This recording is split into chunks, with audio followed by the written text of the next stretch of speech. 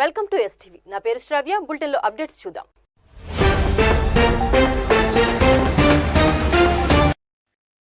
నెల్లూరు జిల్లా కోవూరు ఎమ్మెల్యే వేమిరెడ్డి ప్రశాంతిరెడ్డి రాత్రి 7 గంటల సమయంలో కోవూరు కమ్యూనిటీ హెల్త్ సెంటర్ను ఆకస్మిక తనిఖీ చేశారు. రాత్రి సమయంలో సిబ్బంది పనితీరును పరిశీలించారు. ఆసుపత్రిలో ఇన్ పేషెంట్ గా ఉన్న వారికి అందిస్తున్న వైద్య సేవలను అడిగి తెలుసుకున్నారు.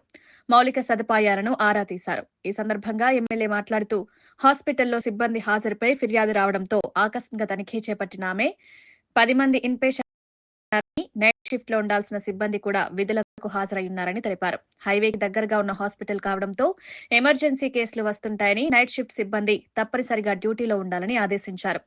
హాస్పిటల్కు వచ్చే రోగులకు మెరుగైన సేవలు అందియాలని డాక్టర్లను సిబ్బందికి సూచించారు. హాస్పిటల్ మౌలిక వసతులు మెరుగుపరిచేందుకు ఎంపీ వేమిరెడ్డి ప్రభాకర్ రెడ్డి సహకారంతో అభివృద్ధికి కృషి చేస్తారన్నారు.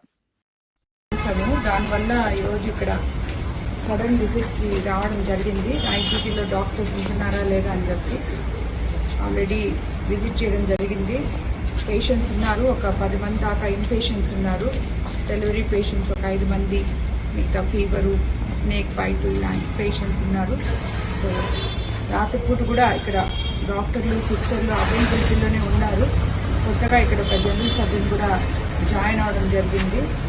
సో వాళ్ళందరికీ కూడా పేషెంట్స్కి ఇంకా కేర్ తీసుకోవాలని, పగులు కానీ రాత్రి కానీ ఎప్పుడు అవైలబిలిటీలో డాక్టర్స్ ఇక్కడ ఉండాలని చెప్పి, ఎందుకంటే ఇది హైవేకి చాలా దగ్గరగా ఉంది, కోవూరు సెంటర్లో ఉంది కాబట్టి ఎంతోమంది ఎమర్జెన్సీ పేషెంట్స్ వచ్చే అవకాశాలు ఇక్కడ ఉన్నాయి. కాబట్టి ఈ హాస్పిటల్ ఉన్న సిస్టర్స్ కానీ డాక్టర్స్ కానీ ప్రత్యేక care.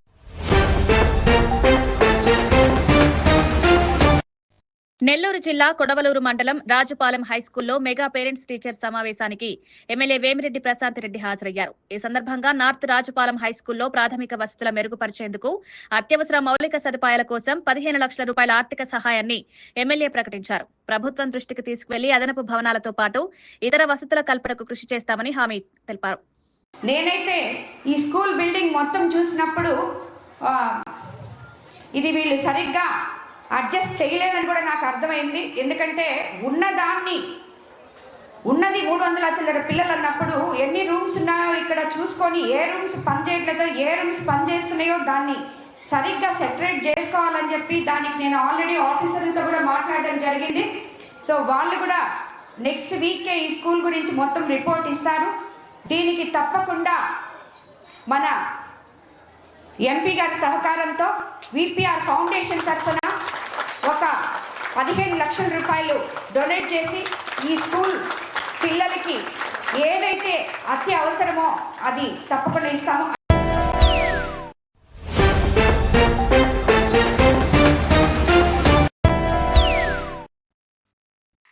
Nellore Balaji Nagar police station పరిధిలోని రామలింగాపురం జగదీష్ నగర్ సెంటర్లో ఉన్న యునిసెక్స్ విప్ స్పా సెంటర్లపై శనివారం రాత్రి పోలీసులు దాడులు చేశారు. అక్కడ వ్యభిచారం జరుగుతుందన్న సమాచారంతో దాడులు చేసి 5 యువతులతో పాటు ఒక విటుడిని అదుపులోకి తీసుకున్నారు. నిర్వాహకులు కృష్ణవేణితో పాటు సుధీర్ మీద కేసులు నమోదు చేస్తామని సిఐ సాంబశివరావు తెలిపారు.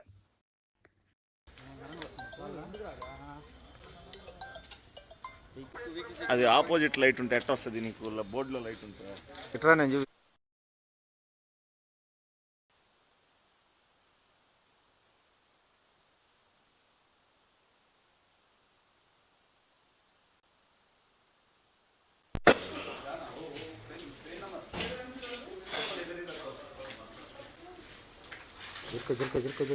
జరుకో మొబైల్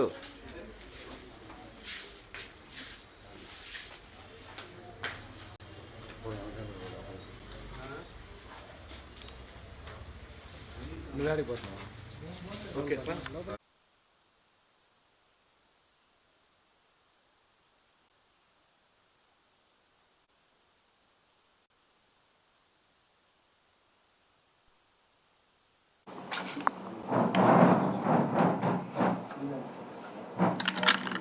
ఈరోజు మధ్యాహ్నం మాకు ఈ నెల్లూరులో మా బాలాజీనగర్ లిమిట్స్లో కొన్ని స్పా సెంటర్లో అసాంఘిక కార్యకలాపాలు జరుగుతున్నాయి అని చెప్పేసి, హ్యూమన్ ట్రాఫికింగ్ జరుగుతుందని చెప్పేసి మాకు సమాచారం అందింది.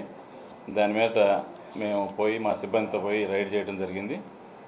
అట్లాగే ఆ క్రమంలో ఈ రామలింగాపురం ఆ ఏరియాలో విఐపి స్పా అని ఉంది, అక్కడికి పోయాము. ఆ రైడ్ చేసిన మేట అక్కడ కొంతమంది అమ్మాయిలు వేరే వేరే ప్లేసుల నుంచి తీసుకొచ్చి వాళ్ళ చేత ఈ వ్యభిచారం చేయించడం జరుగుతుంది. అది గమనించాం, వాళ్ళని అదుపులోకి తీసుకున్నాం. అదేవిధంగా ఆర్గనైజర్ని కూడా పిలిపిస్తాం, ఆర్గనైజర్ పారిపోయారు.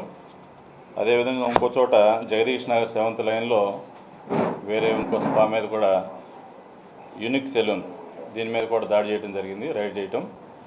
అక్కడ కూడా కొంతమందిని అదుపులోకి తీసుకున్నాం, వీటిని కూడా అదుపులోకి తీసుకున్నాము. అక్కడ కొంతమంది అమ్మాయిలను కూడా సెక్యూర్ చేసుకుని తీసుకొచ్చాం స్టేషన్కి.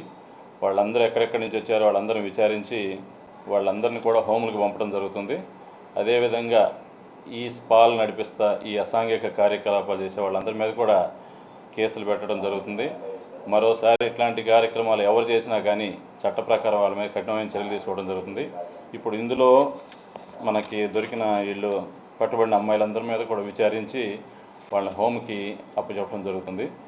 అందరికీ ఒకసారి తెలియజేస్తున్నాం, ఈ లిమిట్స్లో బాలాజీనగర్ పోలీస్ స్టేషన్ లిమిట్స్లో ఎవరైనా కానీ ఈ స్పాల్ పేరుతో ఏదైనా అసాంఘిక కార్యకలాపాలు పాల్పడితే మాత్రం వాళ్ళ మీద కఠినమైన చర్యలు తీసుకుంటాం. మొత్తం 5 లేడీస్ని అదుపులోకి తీసుకున్నాము. తర్వాత ఒక విటుడిని, తర్వాత ఆర్గనైజర్లు కూడా వాళ్ళని పిలిపిస్తున్నాం. వాళ్ళని పట్టుకుని వాళ్ళని కూడా కేసులో పెడతాం, వాళ్ళకు కూడా నోటీసులు సర్వ్ చేస్తాం. అదేవిధంగా చట్ట ప్రకారం కఠిన చర్యలు తీసుకుని వాళ్ళకు కూడా జైలుకి పంపిస్తాం. ఉన్నారు నిర్వాహకులు. ఇది వచ్చేసి యూనిక్ సెలూను సుధీర్ అనే అతను, అదేవిధంగా విఐపి స్పా ఈ రామ్జీనగర్లో ఉన్నటువంటి రామలింగాపురం పులి కృష్ణవేణి అనే లేడీ, ఆమెను కూడా అదుపులోకి తీసుకున్నాం. ఆమె మీద కూడా కేసు రిజిస్టర్ చేస్తాం. దాంట్లో ప్రొసీడింగ్స్లో రాసేస్తాం, వాటిని కూడా సీజ్ చేస్తాం.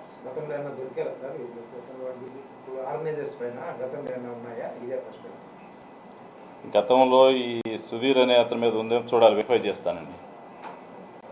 ఈ కృష్ణవేణి మీద లేవు, వెరిఫై చేస్తాం.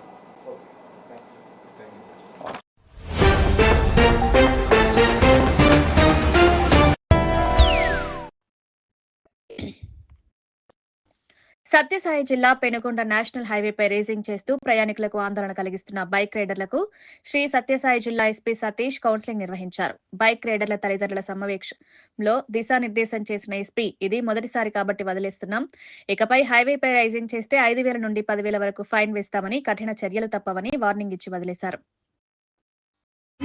సో మనకి పెనుకొండ సబ్ డివిజన్లో పెనుకొండ పోలీస్ స్టేషన్ లిమిట్స్లో మన ప్రతి సంవత్సరం కూడా ఉరుసు పండుగ జరుగుతుంటాయి. అది ఆల్మోస్ట్ ఒక 3 days వరకు మనకు జరుగుతుంటాయి. ఆ టైంలో ప్రతి సంవత్సరం కూడా యువతలు సో నైట్ 11 to 3-4 వరకు కూడా ఈ బైక్ రేసింగ్ మన ఎన్హెచ్లో చేస్తున్నారన్న కంప్లైంట్స్ ముందు నుంచి కూడా ఉంది.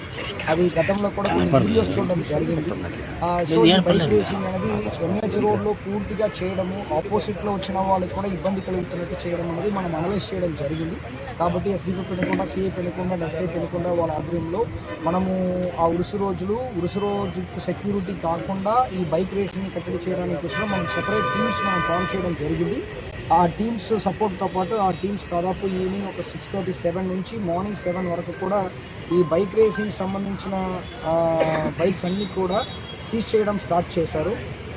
దాని ముందు కూడా చాలా ప్లేసెస్లో దీని గురించి అవేర్నెస్ ప్రోగ్రామ్స్ కూడా పెట్టించాము. ఇలాంటి బైక్ రేసింగ్లో అలౌడ్ కాదు, అలాంటి ఎవరు కూడా చేయదని కూడా మన చాలా ప్లేసెస్లో కూడా అందరికి కూడా చూపించడం జరిగింది.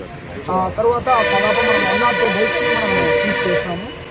బైక్స్ అన్నీ కూడా ఇప్పుడు వాళ్ళు పేరెంట్స్ని పిలిపించి దాంట్లో రికార్డ్స్ని వెరిఫై చేస్తూ హెల్మెట్ లేని వాళ్ళకి కూడా ఫైన్ వేస్తూ అన్ని బైక్స్ని కూడా మనము అఫీషియల్గా మనం రిలీజ్ చేస్తాము.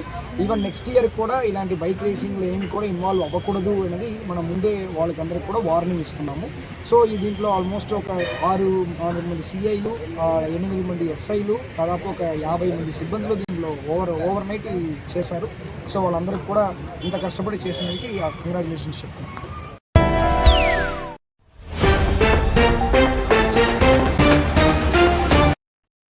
కేరళలోని కొట్టియం మైలక్కాడ్ 66వ జాతీయ రహదారి ఒక్కసారిగా కుంగిపోవడంతో పలు వాహనాలు పగుళ్లలో ఇరుక్కుపోయాయి. ఇటీవలే వేసిన రోడ్డు పరిస్థితి ఇంత దారుణంగా ఉండడంతో కాంట్రాక్టర్పై స్థానికులు ఆగ్రహం వ్యక్తం చేస్తూ వాహనదారులు నిరసనకు దిగారు. కాంట్రాక్టర్పై చర్యలు తీసుకోవాలని డిమాండ్ చేశారు.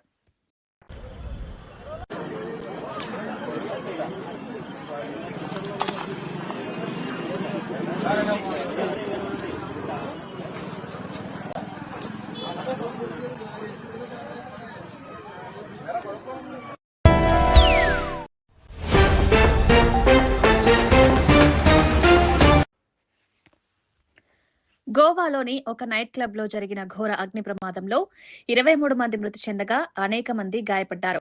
ప్రాంగణంలో గ్యాస్ సిలిండర్ పేలిన తర్వాత మంటలు చెలరేగాయని పోలీసులు తెలిపారు. పేలుడు ఎలా జరిగిందో, భద్రతా నియమాలను ఉల్లంఘించారనే దానిపై దర్యాప్తు జరుగుతోంది.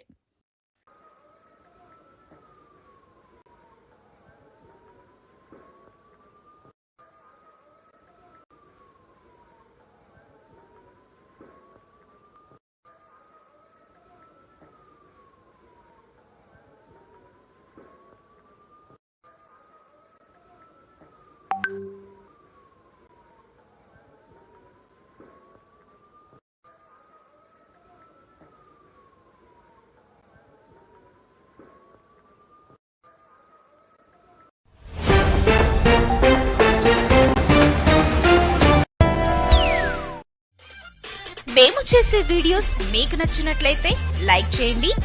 అలాగే మరిన్ని ఇంట్రెస్టింగ్ అప్డేట్స్ కోసం మా STV తెలుగు ఛానల్ ని సబ్స్క్రైబ్ చేసుకోండి.